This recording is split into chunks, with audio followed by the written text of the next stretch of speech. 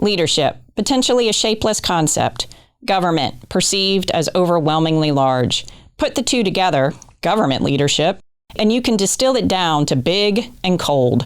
Interested instead in a space where government leadership might be personal and warm? Maybe that would look like a one-on-one conversation with those we choose to speak for us in our own neighborhoods, our local leaders. We see them walking their dogs, shopping in our grocery stores, talking with neighbors in the coffee shop, cheering from the Little League sidelines, witnessing community tragedy, solving problems, and generating opportunities.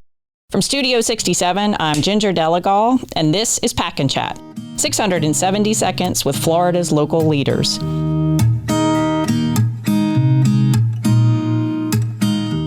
Welcome to the second season of Pack and Chat, brought to you by Studio 67. This season features a bundle of interviews with the past presidents of the Florida Association of Counties who are still in county office. They're a seasoned bunch of local and state leaders with a unique perspective on county officials and on Florida in general. We're excited to bring you these conversations. Joining me today is Commissioner Karson Turner from Hendry County, a small rural county in the Lake Okeechobee region of the state. Commissioner Turner is a former football player and coach. He is currently running the family commercial electrical service company, which takes him all over the world and underwater, which he'll tell us more about that in a second. He runs a small ranch, and he's a county commissioner several times over. Welcome, Commissioner Turner, to Pack and Chat. It's good to have you with us this morning. So good to be here. Well, let's pick up right where I sort of left off. Can you tell our listeners about what I call for you your day job, your electrical company, and where it takes you in the world and why it takes you underwater? Yeah, absolutely. So my dad started it in 1972. He and Mama were getting out of the United States Air Force, and he moved back down to South Florida, started a little service company, kind of blossomed into a handful of things. 1986, he was driving over a bridge. Sales rep tells him, "Hey, well, you really ought to look into getting into these bridges. There's a lot of money to be made." And he did. We, since then, have become one of the state's perennial leaders in making sure that the Florida Department of Transportation, on the competitive bid process, has their infrastructure running so that when you press a button in that bridge tender house, the bridge goes up safely, comes down safely, and allows pedestrians to walk across it, drive across it, bike across it, and then allows boats to come up and under it safely.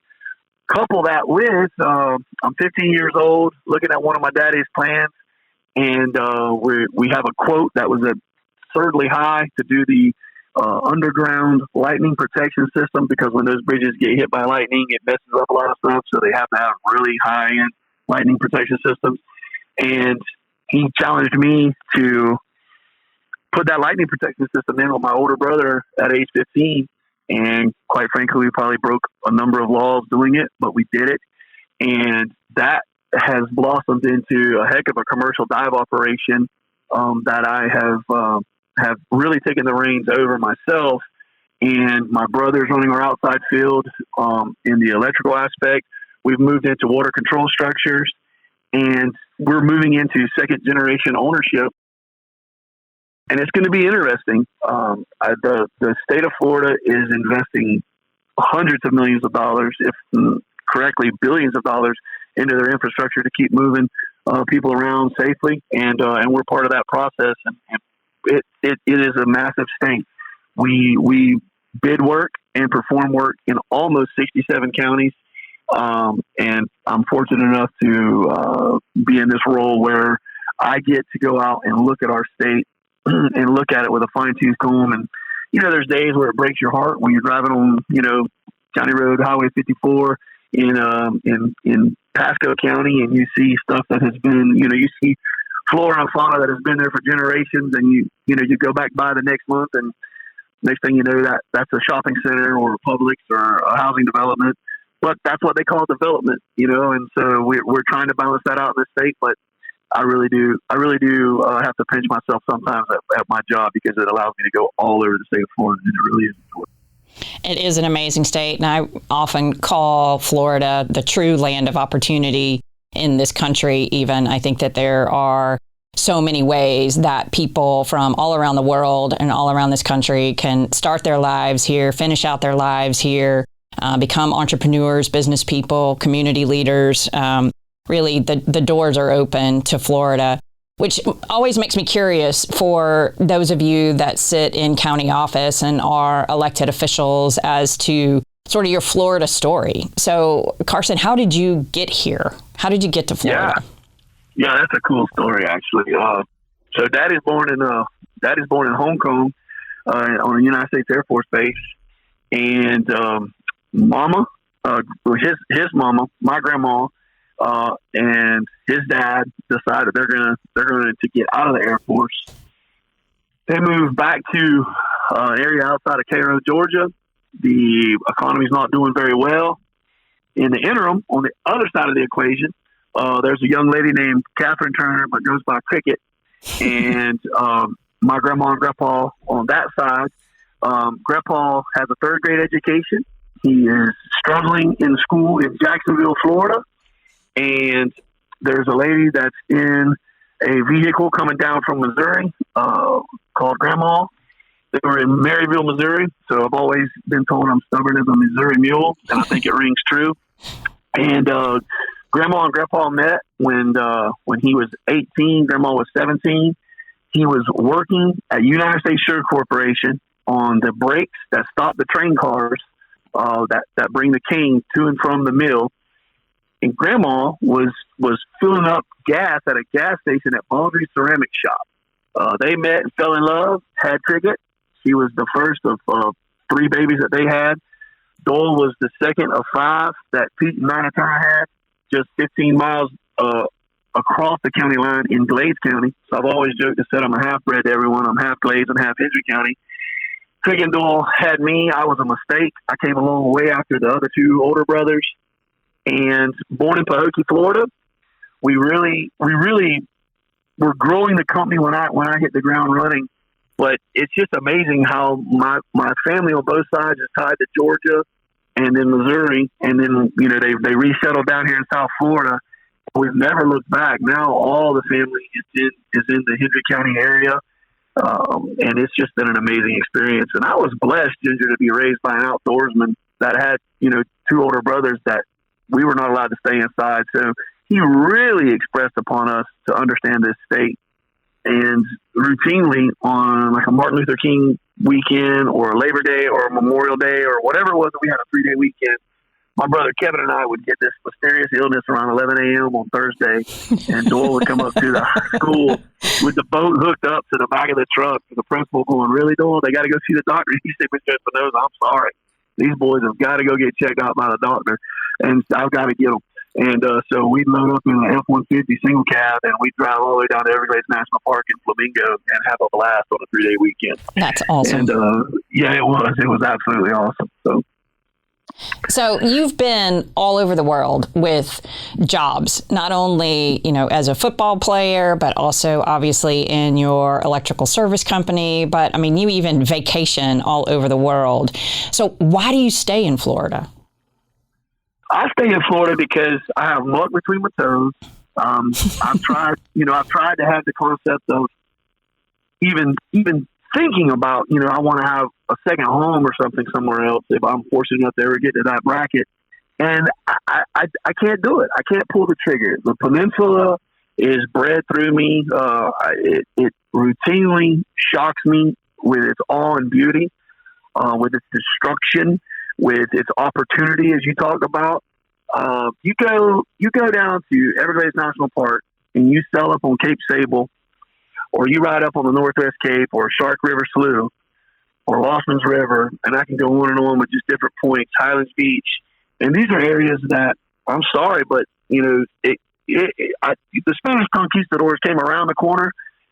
That's exactly what they would have saw. Yeah. I mean, it has not been touched since then, But then you turn around and you take your tail to St. Augustine and you look at that, but then stay on 95 and keep running south and go to the megalopolis of Miami-Dade, Broward, Palm Beach, and now extending on up into Martin County. And this state is it's mesmerizing on the opportunities that it provides and what it does day in and day out. we've seen an influx since then. But whenever Governor Scott was in the governor's mansion, we were essentially having the state of Idaho coming to visit us every day. And we know why. I mean, we live here. We choose to be here, and we understand it completely. And the majestic nature of this state from top to bottom is nothing more than amazing.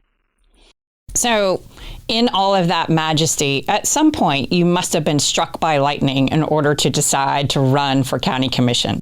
So why did you do that? It's a great story. My entire life growing up, I never really met a stranger.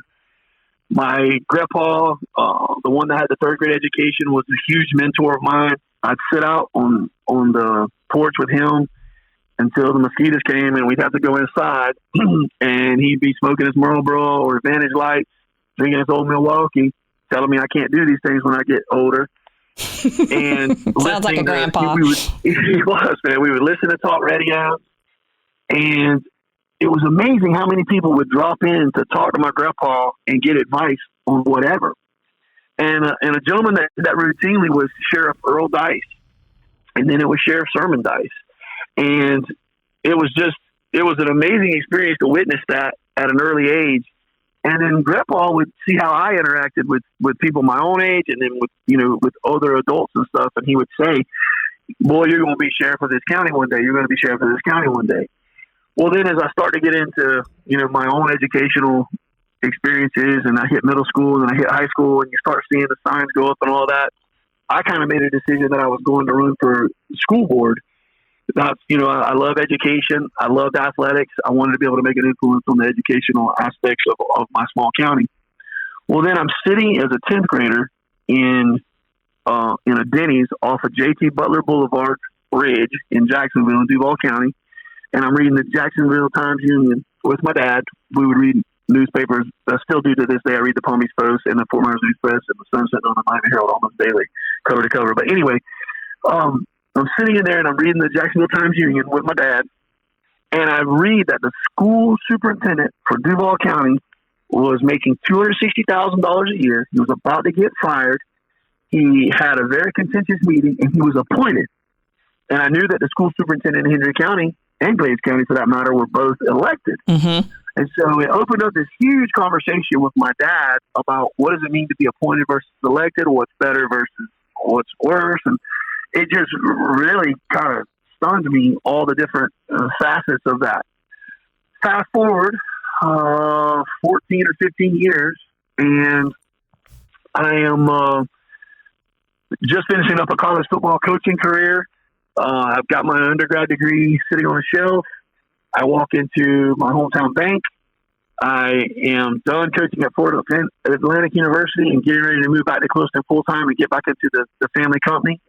And one of my dad's friends from birth came up and said, "Hey," to Doyle, said, "You ought to think about running for county commission." And Doyle said, "I'm not running for anything, but if you want somebody to run for something, this one right here, I can help facilitate and make things available for him with his schedule of work." And I was living in St. Petersburg at the time, running one of our projects.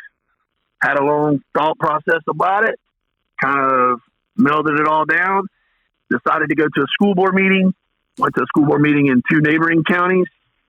Didn't really like the atmosphere. Went to a city commission meeting. Went to a city commission meeting in St. Pete. Went to a number of different city commission meetings. And then I walked into a Hendry County meeting and a Glades County meeting, and I said, "This is where I want to be. I feel as if I can make an influence." Well, I'll be dadgum, about the same time Hurricane Wilma hits, and I got a challenge from my community that I grew up in, which is called Hookers Point, which you can imagine I still have an address at 1994 Hookers Point Road to this day. So explain that one to your teachers whenever you're learning how to get to sign your name and all that stuff. Awesome. But yeah, but I went and talked to a handful of constituents, and I was challenged to do something for our community that had been hit by Hurricane Wilma and had basically been whacked really hard. And they felt as if resources were not being provided quickly enough. And so kind of jumped in at full circle. And how do you know? That's 05. '06, I started attending everything. I attended board meetings for 2 years prior to getting elected, sat in the audience and educated myself to the nth degree. And then threw my name in the hat to see if I could win. It ran in August of '08. And lo and behold, I won. Couldn't believe it. It was universal primary. I beat out a guy that was named Bo Pelham. And for most of my childhood, until I was probably 17 or 18, we referred to him as Uncle Bo because he attended every family reunion. He attended everything. And if you talk to Grandma, she'll have you related to everybody pretty much in our town.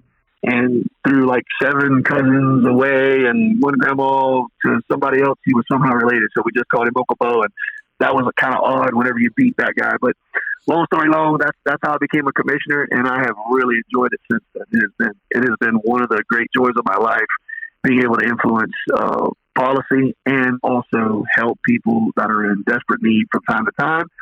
And then just deal with issues that are sometimes small in scope, but very personal to people, and you're able to help facilitate, getting that done, so to speak. What do you find most challenging about being a county commissioner today? That is very easy for me to answer. The most challenging aspect of being a county commissioner today is not allowing the chatter that is driven at you from a personal / vindictive, visceral area to A, get a response from you, and B, not allow it to gnaw at you even when you are able enough to stay calm and not react to it. You still want to lash out. And I'm a fiery person. I have a tendency to speak my mind. And so when someone says something to you that is essentially off base, but challenges you from a standpoint of you're not doing what you said you were going to do, or you're not doing what you should do, you don't care about us, and you want to, you literally want to grab people, or at least I want to grab people and shake them and say, really? How dare you? There are so many opportunities out there, and I am doing everything in my power to stay centered on this and keep my scope, locked in on this target and make it happen. And it's hard. It's hard sometimes when you get that challenge and it gets hammered at you, and you cannot react, because if you react, you're going to come from an emotional response place that is not healthy. It's not good. And it's not going to be what needs to be done anyway. It's not going to do anything towards fixing the issue at hand, whether it be small or large. It's just going to make you feel good in the moment. And that's hard to quell sometimes, especially when you're an aggressive person that likes to view yourself in one of those lights of someone that gets things done. So that's been tough. Well, and certainly in the last 18 months to 2 years, I would think that those challenges have even been greater as our communities have become so polarized around issues related to COVID. So when you're in those moments, Commissioner, what do you draw upon to help keep you centered and to do the hard thing, which is to not react in that moment, but to stay focused on the goal? I mean, are there things that you say to yourself in your head? Are there, old sayings or quotes that you draw upon? How do you handle that in the moment? What do you draw upon to keep you centered and to keep you focused and moving forward in those moments? Yeah, it's hard to talk about that without getting emotional, but I'm going to do my best. But I draw to the most mothering figure in my life, and that would be my grandma, my mom's mom, who was the definition of that example of unconditional Christian love. Love them through anything. She used to say to me all the time, "Kill them with kindness, kill them with kindness." And if somebody does something to you that's bad, or if somebody tries to kidnap you, or if somebody tries to be mean to you, just look at them and say, "My grandma wasn't like that," And I know that sounds so hilarious and so hokey and so just backwoods, but it is amazing how calming of an effect that has on me. And then I lean towards blocking out. But the devils that I have are Kenneth and Kevin, the two most influential people in my life, my older brothers. I block out them saying, "Hey man, don't let somebody talk to you like this." And I know that sounds hilarious as well, but it was protect yourself at all costs and be as aggressive as you could possibly be in any situation. And quite frankly, my brother's a wee bit wrong on that. But they trained me to be, to have that mindset of, because I was the runt in the family, so they just, they beat on me and said, hey, you're going to be able to achieve more than what we ever did. And so it's funny how now, I'm a 45-year-old adult that's trying to balance these things. And then, I have employees of my own that are just babies. And yeah, it's wild to have to recenter, focus yourself, breathe through whatever it is that's aggravating just getting you crazy. And, Ginger, thank God I was able to, I'm the only person in my family that was college educated until my niece came along. And then my brother ended up going back to school. And I'm so thankful that, things allowed for me to go to school. And in doing that, I was able to understand the concept of wellness. I was able to understand the concept of, this is hilarious, but, on our Sunday dinners or, regular lunch, we'd have 3 red meats and a brown gravy and a white gravy and 4 starches and maybe, some lettuce with a bunch of mayonnaise / with Hidden Valley Ranch over it. And you say, okay, what are you driving at? Well, I was educated and went to college and understand the concept of wellness. Well, now as you get older, you start to not only do physical wellness, but you do a spiritual and a mental and a physical, and you put the whole triangle there together. And I will tell you, without the physical exertion of working out, without the concept of yoga and breathing through things and centering myself and understanding how all of those energies work. And I know that may sound trippy to a lot of people, but I am very convicted to the concept of you have to, in this position, be able to block out those things, refocus yourself, and realign at what it is you are trying to accomplish in this position, and how are you going to be able to get there, regardless of all the chatter, regardless of all the noise, the environmental holdbacks, whatever it may be. You've got to be able to block on that and then know what it is that you utilize to center yourself. I'm going to tell you right now, I've been in Georgia for 3 days. I was sitting in a deer stand. I could give 2 flips whether I harvest anything at all. Just the ability to see my blood pressure go down. It's amazing what it does for you to be able to center yourself like that. That's one of my vices. I go to Mother Nature. Those are simple things. Well, and there's all kinds of scientific research coming out now about what happens biologically and physiologically to us when we are in nature. And so I think that's a fascinating way to explain, your experience in the last 3 days in a deer stand and what that does to your blood pressure. That is now being scientifically proven as a method to bring some wellness into your life. So we can wrap this up here in just a second, but are there things that you wish someone had told you your first 2 years in office as a county commissioner? Yes, I do. I wish someone would have told me, don't allow your list to get past 5 items. That doesn't mean ignore a constituent. That doesn't mean not engage in a number of different facets of the job or, what it is that you think it all entails.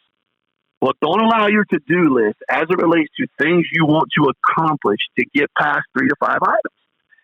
And the reason why I'm so adamant about that is because get strung out and your ability to actually shoot and kill any target almost, it gets watered down to a point where, yeah, you feel really good about your list of 187 items, or maybe it's 31 items that you want to get done for Jane, John, Q Public. But the reality is that you spread yourself too thin and you're not able to accomplish that. Number one, that's one thing. Number two is understand the difference. And this is so hard for rural commissioners. And many rural commissioners, I think, will tell you, well, that's how you get your tail unelected. And I fundamentally disagree.